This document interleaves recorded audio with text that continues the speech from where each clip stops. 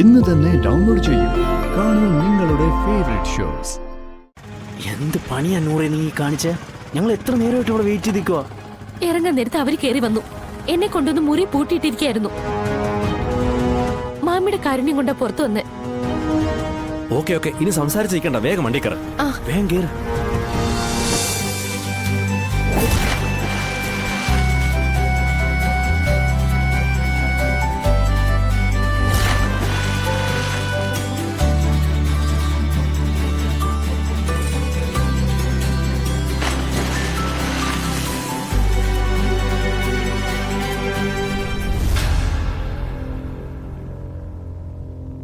എന്താടേ ഈ നിൽപ്പ് നിൽക്കാൻ തുടങ്ങിയിട്ട് കുറെ നേരമായല്ലോ. ഇപ്പൊ വരുമെന്ന് പറഞ്ഞിട്ട് അത് തന്നെയാടാ ഞാനും ആലോചിക്കുന്നത്. അയാൾ ഇപ്പൊ വിളിക്കാൻ തുടങ്ങും. ഞാൻ അയാളോട് എന്താ പറയണ്ടേ? സമയം ഒന്നുകൂടി ഒന്ന് ഭേദപ്പെടുത്തി കിട്ടാൻ എന്തെങ്കിലും ഒരു മാർഗം കൊണ്ടും തിരക്കാവോ? എങ്കിൽ നല്ല കഥയായി. നിനക്ക് വേണ്ടി ഇത്രയൊക്കെ ചെയ്തതും പോരാ, ഇനി അയാളുടെ വായിരിക്കണോ കേൾക്കണോ ഞാൻ? അതാണോ നീ ഉദ്ദേശിക്കുന്നേ? പിന്നെ എന്ത് ചെയ്യോടാ? നൂറിനെ കാണാനുമില്ല. എടാ തിരക്കി ചെന്നാലോ? നാട്ടുകാർ കെട്ടിയിട്ട് അടിക്കുന്ന കാഴ്ച അതൊരല്പം ഭീകരമായിരിക്കും. പോരാത്തനെ പെണ്ണ് കേസം. വീട്ടുകാരെ എന്നെ വേണ്ടെന്ന് പറഞ്ഞ് ഉപേക്ഷിച്ചിട്ട് പോകും. എടാ പിന്നെ ഇനിയിപ്പോ ഞാൻ എന്ത് ചെയ്യണോന്നാ നീ പറയണേ? ഇതാ പിയൂണ, എന്താ ഞാൻ പറയണ്ടേ? നീ എന്തെങ്കിലും പറ. നമ്മൾ ഇവിടുന്ന് പുറപ്പെട്ടെന്നോ വന്നുകൊണ്ടിരിക്കുകയാണെന്നോ അങ്ങനെ എന്തെങ്കിലും. അതൊക്കെ പറഞ്ഞു കഴിഞ്ഞതാ. എന്നാൽ ഒരു ശ്രമം കൂടി നടത്തി നോക്കാം. ഹലോ, അതെ, ഒരല്പസമയം കൂടി വെയിറ്റ് ചെയ്യണേ. പെണ്ണ് ഡ്രസ് ചെയ്തോണ്ടിരിക്കുക. അതെ, ഇപ്പൊ ഒരു സ്ഥലത്തിന്റെ രജിസ്ട്രേഷൻ നടന്നുകൊണ്ടിരിക്കുക. അത് കഴിഞ്ഞാ പിന്നെ നിങ്ങളുടെ കല്യാണമാ. ഓക്കെ ഓക്കെ, അത് തീരുന്നതിന് മുമ്പ് ഞങ്ങൾ അങ്ങെത്തിക്കോളാം. പിന്നെ നിങ്ങൾ ഇവിടെ സ്ഥലത്തുണ്ടാവണം. ഇല്ലേ രജിസ്ട്രാർ ആ നിമിഷം വീട്ടിലേക്ക് പോകും. പിന്നെ ഇന്നത്തെ കാര്യം പോക്കാം. അക്കാര്യത്തിൽ ഒരു ടെൻഷനും വേണ്ട, ഞങ്ങൾ ഇവിടെ എത്തിയിരിക്കും. ശരി, വൈകിക്കരുത്. ഇല്ല, വൈകിക്കില്ല. ഓക്കെ. ഇനിയിപ്പൊ എന്ത് ചെയ്യടാ?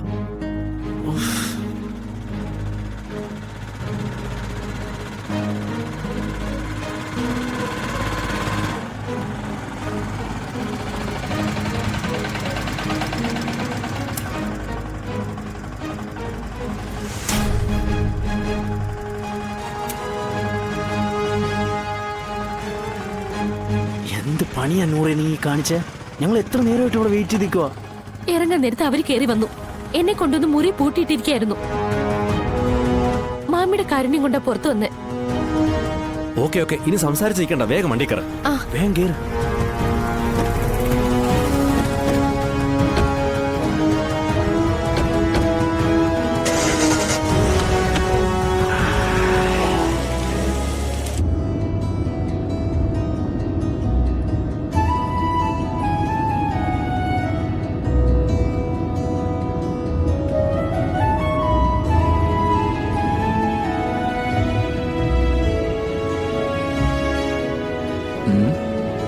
ഹലോ, എന്തുപറ്റി?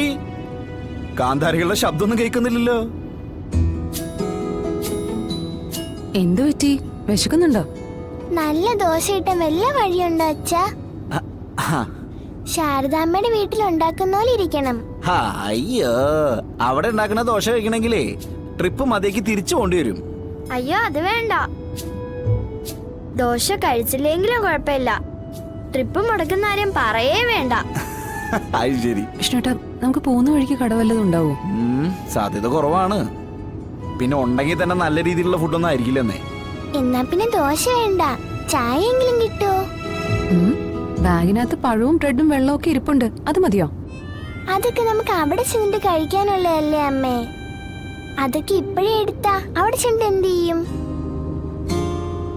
എന്നാ പിന്നെ ഒരു കാര്യം ചെയ്യാം. എന്റെ മക്കള് രണ്ടുപേരെ രണ്ട് വശങ്ങളിലേക്ക് നോക്കിയിരുന്നോ? നമുക്ക് വേണ്ടിട്ട് ശാരദാമ്മയെ പോലൊരമ്മ ദോശ ഉണ്ടാക്കി വെച്ചിട്ട് കാത്തിരിക്കുന്നുണ്ടാവും. എന്നാ പിന്നെ അങ്ങനെ നോക്കാലോ. സത്യം നോക്കിക്കോ.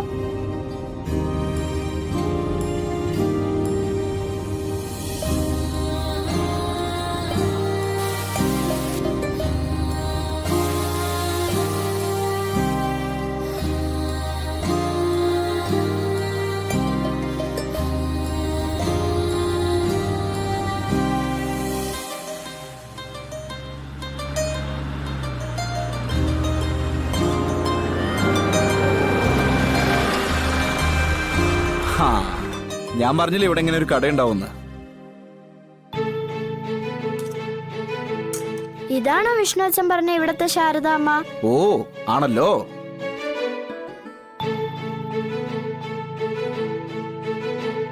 ആ ദേ അവിടെ നിങ്ങളെ പോലെ ഒരു കുട്ടി ഇരുന്ന് പഠിക്കണണ്ടാ.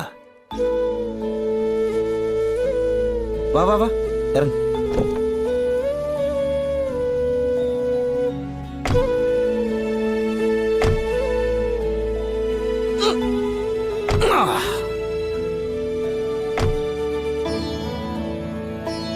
എന്താ കഴിക്കണ്ടാവാ?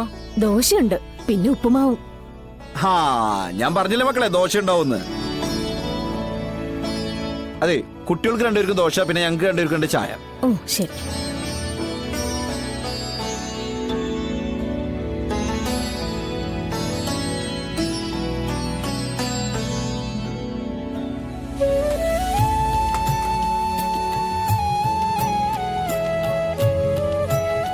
എന്താ മോൾ ഇവിടെ ഇരുന്ന് പഠിക്കുന്നേ? ദേ അതാ ഞങ്ങളുടെ വീട്.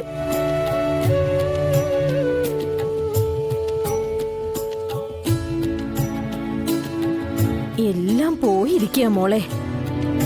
കാറ്റടിക്കുമ്പോ പേടിയാ. അതുകൊണ്ടാ കൊച്ചിനെ ഞാൻ ഇവിടെ കൊണ്ടുവന്ന് എന്റെ കൺവെട്ട തിരുത്തി പഠിപ്പിക്കുന്നേ. ദാ മോളെ കഴിക്ക്.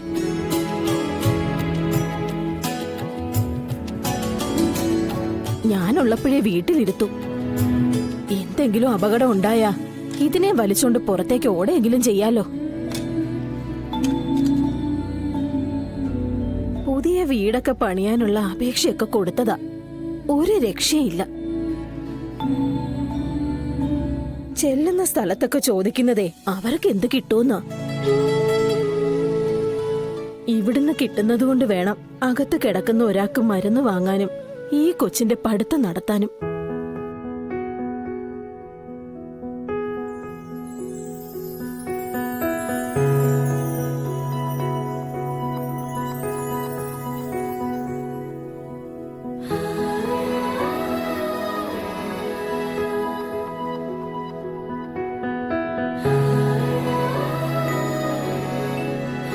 മോളെ എത്രയിലാ പഠിക്കുന്നേ? 6ാം ക്ലാസ്സിലാ. നല്ലോണം പഠിക്കും മോളെ. ക്ലാസ്സിൽ എല്ലാത്തിനും ഫസ്റ്റാ.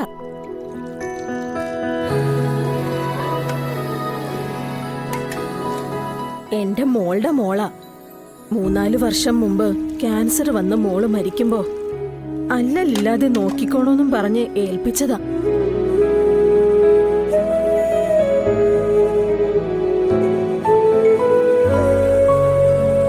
നല്ലൊരു ബാത്റൂം പോലും കെട്ടിക്കൊടുക്കാൻ ഈ മുത്തശ്ശിയെ കൊണ്ട് പറ്റിയിട്ടില്ല. പെങ്കൊച്ചല്ലേ വളർന്നു വരുന്നത്. കാണുമ്പോ പേടിയാ. മോളെ അടച്ചുറപ്പുള്ള ഒരു മുറിയെങ്കിലും പണിയാൻ പറ്റിയാ മതിയായിരുന്നു.